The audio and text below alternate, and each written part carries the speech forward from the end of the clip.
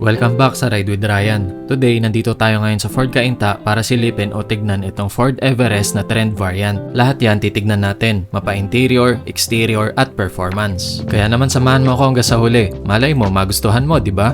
At least may idea ka na. Una sa lahat isa to sa mga lineup ni Ford pagdating sa mga SUV. Meron itong apat na variant. Una yung top of the line na titanium 4x4, sumunod ay yung titanium 4x2, meron din siyang sports variant na 4x2, at itong trend na 4x2 na re-reviewin natin ngayon, as per request ng isa nating subscriber. Sa front fascia, makikita mo agad yung malaking grille signature nitong Everest. Malaki siya na naka-horizontal layout at may solid na presence. Hindi siya chrome heavy tulad ng ibang SUV, mas understated yung dating. Pero dahil sa laki at proportions niya, nagiging dominate pa rin ang itsura niya sa daan. Yung headlights naka-LED na with signature C-clamp design. Equipped din siya ng DRLs or daytime running lights. Para sa akin, ang ganda ng dating niya. Malinaw yung buga ng ilaw, wide yung coverage, at bagay sa driving conditions dito sa atin. Lalo na sa madilim na provincial roads o maulan na gabi. Sa baba, yung sa bumper, hindi naman siya komplikado. May konting rugged touch pero hindi siya over-design. Mapapansin mo din na mataas yung approach angle. Ibig sabihin, hindi agad sasayad kahit paakyat ka sa matarik o uneven na daan. Practical detail siya na hindi mo mapapansin agad pero mararamdaman mo sa paggamit. Meron din siyang fog lamps na naka-integrate sa lower section for better visibility at night. Ang maganda dito, available siya ng dalawang tuhok. Just in case na mag-off-roading, kahit na 4x2 ito, available siya both sides for recovery, which is advantage para sa mga ganitong category SUV. Backup lang naman just in case na kailanganin. Kung titignan mo overall yung front fascia, hindi siya masyadong showy, pero may bigat yung presence. Yung tipong kahit simple lang, alam mong SUV siya na ginawa para sa totoong kondisyon ng kalsada. Pagdating naman dito sa side profile, dito mo mapapansin yung combination ng elegant at pagiging sporty vibe nito. Medyo upright yung tindig niya, boxy in a good way. Yung ganitong proportions, hindi lang siya aesthetic choice, may practical reasons din. Makikita na mataas ang roofline, kaya medyo mataas din ang headroom sa loob, especially sa second row at third row seats. Yung body lines niya simple lang, walang sobrang arte. May konting character line from front hanggang dun sa likod, which is nagbibigay ng konting shape para hindi magmukhang plain slab. Pero overall, malinis at functional pa rin yung design. Yan naman dito sa side mirror niya, isa na itong power folding, power adjustable with side turn indicator. Napansin ko hindi ito equipped ng paddle lamp na katulad no sa 4x4, which I think na hindi naman ito big deal para sa ganitong trend variant. Actually, malaki yung side mirror which helps sa visibility. Makikita mo rin yung malalaking wheel arches kahit hindi masyado aggressive yung stock wheels dahil sa laki ng body nito. Nagmumukha pa rin siyang planted sa kalsada. Yun naman sa tire specs niya, equip ito ng 255, 65, R18. Goodyear tire ang gamit nito. Of course, ventilated di sa harap at sa likod naka-disc brake na din, which is advantage comparing nga naman sa mga drum brake. Yun naman sa stepboard, simpleng detail pero malaking tulong to. Hindi din siya madulas tulad ng ibang SUV kapag nabasa na ng ulan. Hindi lahat nakakakayat ng madalian sa ganitong kataas na ground clearance, lalo na kung may kasamang bata o matatanda. Yung dito naman sa taas, yung sa may kanyang window line from front to rear, mapapansin mo na halos straight lang, walang dramatic na paangat, which result mas consistent yung headroom sa loob, lalo na sa second row at third row seat. Kung mapapansin mo rin, malaki yung overall ng glass area nito. Ibig sabihin, mas maliwanag sa loob at mas madali mag-estimate ng paligid mo habang nagmamaneho. Habang pinagmamasdan ko siya, medyo naka-angle yung A-pillar niya patras, hindi naman sobrang upright, which effect mas maayos yung forward visibility habang nagmamaneho. At yun naman dito sa pinaka-top niya ay equip na rin siya ng roof rail. Inabang talaga yan para sa mga third-party accessory na ilalagay mo. Kung napapansin mo din, parang ito yung dress-up version ni Everest dahil dun sa mga decals na matte black finish. Hanggang dun sa spoiler ay naka-matte black na din. Combination dyan yung sa front grille, bumper chin, door handles at side mirror. Kung curious kayo sa overall dimensions, meron itong 4,914mm in length, 1,923mm in width, at 1,842mm in height na may ground clearance na 227mm na may wheelbase na 2,900mm. Ang isa pang impressive dito ay yung kanyang water wading. Kaya niya hanggang 800mm. Siguro kung tatantsahin natin, mga hanggang dito ata kataas yun. Mataas yan para sa mga ganitong klaseng category SUV. Well, depende na rin naman na sa'yo yan kung isusulong mo sa baha o hindi. Oh, maliwanag yan ha. Tuloy tayo. Sumunod naman natin tignan ay yung tail section. Dito sa likod, simplihan lang din naman pero maganda ang pagkaka-execute. Especially dun sa LED tail lights na naka-horizontal. Tapos may black trim na nagko-connecta sa kanila. May konting premium feel kahit na entry-level variant siya sa lineup ng mga Everest. Equipped na rin siya ng rear camera dito sa trend variant. Ang alam ko, yung top of the line lang na 4x4 ang equipped ng 360-degree camera. Anyway, tuloy tayo. Sumunod naman natin tignan ay yung interior. Unang mapapansin, yung overall layout niya is wide at horizontal ang orientation. Hindi siya cluttered, malinis yung pagkaka-design. Yung ganitong setup nagbibigay ng wide visual sa cabin. Kumbaga para sa akin, dito mo makikita yung approach ng Ford na hindi lang modern, kundi usable talaga for daily use.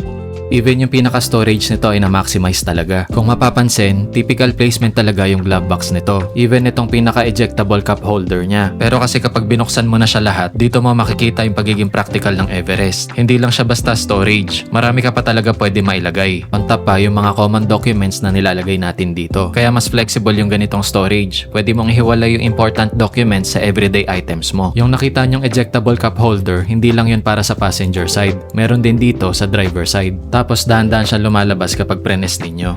Patungkol naman dun sa infotainment system, equip ito ng 10 inches portrait touchscreen. Dito located yung portrait style infotainment system. Parang tablet yung dating. Naka-vertical siya kaysa naka-horizontal. Isa na din siyang Sync 4A na may Apple CarPlay and Android Auto. Total of 8 speakers ang available dito, including na yung dalawang tweeter. Dito mo makokontrol halos lahat. Audio control, navigation, connectivity, pati ibang vehicle settings. Ang maganda dito, hindi mo kailangan mga pa ng maraming buttons. Centralize lahat sa isang area. Tapos yun naman sa air conditioning niya ay single zone. Habang yung sa ibang variant ay naka-dual zone electronic automatic temperature control.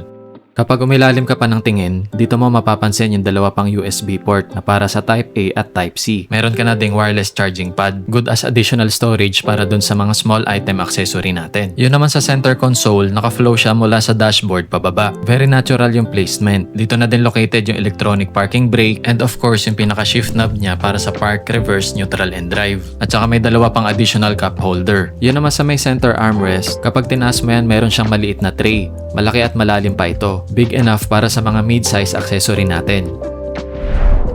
Subukan naman natin ngayon i-feel yung sa driver seat. Ang una kong na-feel dito ay yung sa seating comfort. Medyo mataas which is typical naman talaga sa mga SUV. Kaya ayusin ko siya according sa driving position ko. Naka 8-way power adjustable seats dito sa driver side. At 4-way manual adjustable seats dun naman sa passenger side. Yung pinapakiramdaman ko siya, mas commanding yung view sa daan. Yung sa steering wheel ay naka-leather wrap na rin naman. Maganda yung grip nito sa kamay ko at combination pa siya nung thumb rest. On top pa yung mga relative button niya para dun sa cruise control at audio control. Hindi siya sobrang laki o sobrang sporty. Sakto lang yung diameter niya. May konting thickness yung grip kaya hindi madulas o manipis hawakan. Ramdam mo din yung premium feel kahit entry-level variant. Ang isa pang maganda dito, tilt and telescopic na rin yung kanyang steering wheel. Habang yung sa instrument cluster naman ay 8 inches digital cluster screen. Dito naman sa may overhead, available ka nung pinaka map light at yung sunglasses holder. Parang hanggang dalawa ata kaya dito, pero ingat na lang para hindi magasgasan. Yung pinaka sun visor niya sa driver side, meron siyang parking holder ticket, which I think na useful din naman. Yun naman dito sa passenger side, meron siyang vanity mirror, pero hindi ito illuminated. Nasa palagay ko ay okay lang din naman. Regarding dun sa seat material and comfort, hindi ito full leather, usually leather plus synthetic combination. Honestly, mas practical dito sa Pilipinas, hindi siya ganun kainit sa araw. Mas forgiving din siya sa wear and tear. Hindi ka manghinayang gamitin sa araw-araw. Hindi siya sobrang lambot, hindi rin siya sobrang tigas. Less fatigue din dun sa mga back support nito, especially kung may long distance trip kayo. Bukod pa doon, soft touch leather material pa rin naman ang tatamaan na siko mo dito sa door side panel. Of course, in all sides na yan para sa mga passengers mo. Yung sinubukan ko to kanina, hindi naman awkward yung resting position ng braso ko dito. Hindi din siya tinipid para doon sa mga door pocket niya. May mga konting detail lang para hindi siya magmukhang plain. Tapos yung kanyang mga power window switch, including na yung sa side mirror controls. Tignan naman natin yung sa second row seat. By the way, 5'7" ang height ko. Inayos ko na din yung upuan sa harap na according dun sa driving position ko. Yung legroom yung pinaka-noticeable dito. Dahil long wheelbase ang Everest, may enough space para hindi dikit yung tuhod kahit medyo matangkad ang sakay. Hindi mo kailangan i-adjust agad yung upuan sa harap para lang maging comfortable sa likod. May stretch mo pa yung paa mo para hindi ka kagad mangalay. Maganda yung back support nito sa likod. Tamang-tama lang yung bagsak ng pagkakaupo ko dito. Design enough para sa mahaba ang biyahe. Meron ka pang center armrest dito at ejectable na cup holder. Press mo lang yan at dahan-dahan na siyang lalabas. Parang yung katulad dun sa dashboard sa harapan. Pag napatingin ka dito sa ibaba, meron siyang air conditioning control at additional 12-volt socket para sa mga passengers mo. Good enough para sa additional charging port nila. Yung mga aircon vents napansin ko nasa ceiling area, usually naka-align sa bawat seating position. Ibig sabihin, hindi lang siya general airflow, may direct distribution siya pababa sa bawat passengers. Kumbaga yung lamig niya galing sa taas pababa evenly, hindi umiikot sa gitna para siguro hindi magkaroon na hotspot lalo na sa outer seats, especially dun sa mga side window. Isa pang napansin ko dito yung mga grab handle. So far kompleto naman hanggang doon sa driver and passenger side. All the way hanggang dito sa second row seats. Check naman natin yung sa pinakalikod or third row seats. Bale access niya meron siyang slide forward function from second row seats. Bale hindi siya natatambol pero 60-40 split naman ito. Para sa height ko na 5'7", ito pa yung allowance niya sa legroom. Kung medyo bitin naman, pwede naman i-adjust yung upuan sa gitna para magkaroon pa ng decent legroom. Or I suggest mas better kung mga kids yung sasakay dito sa likod. Especially kung mga long distance trip. On top pa dyan, meron pa silang mga side pocket hanggang dito sa third row seats. Buksan na natin yung pinakalikod.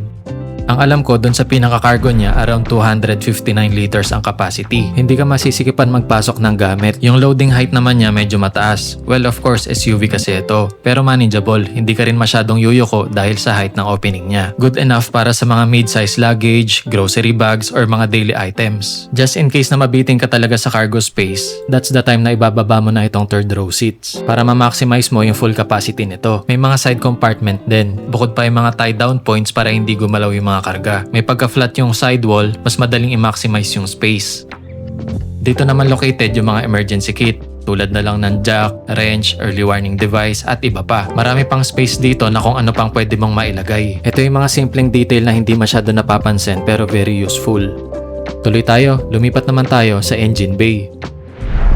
Mas ma-appreciate nyo to kapag nakita nyo sa actual. Try to visit Ford Cainta kapag may spare time kayo. By the way, ito pala yung SRP ng pinag-uusapan natin. Yun naman ibang contact number, email address at iba pa, ilalagay ko na lang sa description. Basahin nyo na lang. Kung may gusto kayong ibang sasakyan na ipa-review, comment down below. At susubukan ko maghanap ng eksaktong variant para sa'yo. At may line up na natin dun sa mga susunod pa nating content. Tulad ng isa nating subscriber na nag-request nitong Ford Everest na entry level.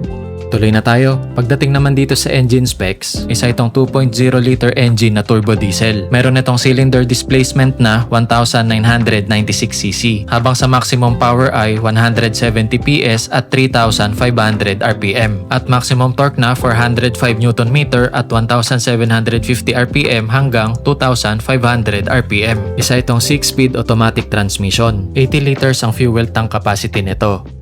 Actually, hindi natin siya talaga na test drive ng actual. Pero sabi nila, around 14 km per liter combined na sa city at sa highway. Well, yung ganyang numbers naman ay magvavary pa yan. Depende pa yan sa driving behavior natin at sa traffic condition dito sa Metro Manila. Mga bagay na kinoconsider natin pagdating sa fuel consumption. Well, depende pa rin naman sa'yo kung paano approach mo ito gagamitin. Kung madalas ka naglo-long drive, o kaya naman more on ka sa city driving, bahay office lang, depende talaga kung paano mo siya gagamitin. Kung may budget naman, go for the higher variant para ma-maximize nyo pa yung potential nitong Ford Everest. O paano? Sa palagay ko napahaba na ata kwentuhan natin. Iwan mo na kita. Asaan kita next content ha? Thanks for watching. Bye-bye!